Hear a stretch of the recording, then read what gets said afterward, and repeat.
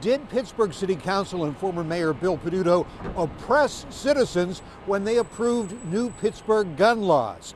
Commonwealth Court has ruled that DA Stephen Zappala has to investigate citizen claims that they did exactly that.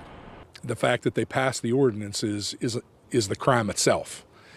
When they knowingly, they did it at a time when the Allegheny County District Attorney told them ahead of time that what they are doing is impermissible. Attorney Lane Turturus represents citizens who filed their own criminal complaint against City Council and then Mayor Bill Peduto over gun legislation they approved in 2019 after the Tree of Life massacre. The four bills are now law.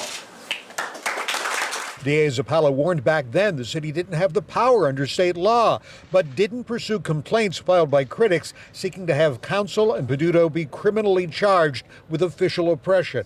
I want to give Council the benefit of the doubt. I think they're acting ostensibly on behalf of the people of the city of Pittsburgh, and that's who they were elected to represent.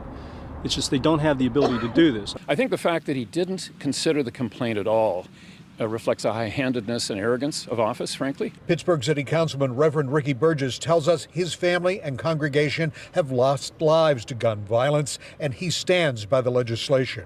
I am willing to stand by my convictions, and whatever punishment, although unjust if it occurs, but whatever punishment I have to be inflicted with, I'm willing to take, because I have lived through the death of my family members, my church members. State courts struck down the laws. DA Zappala's office says, quote, this matter involves a City of Pittsburgh ordinance that never came into existence. It still does not exist. You cannot enforce an individual's grievances against a law that does not exist. Upon remand, the matter will be handled in due course. By the Allegheny County Courthouse downtown, Bob Mayo, Pittsburgh's Action News 4.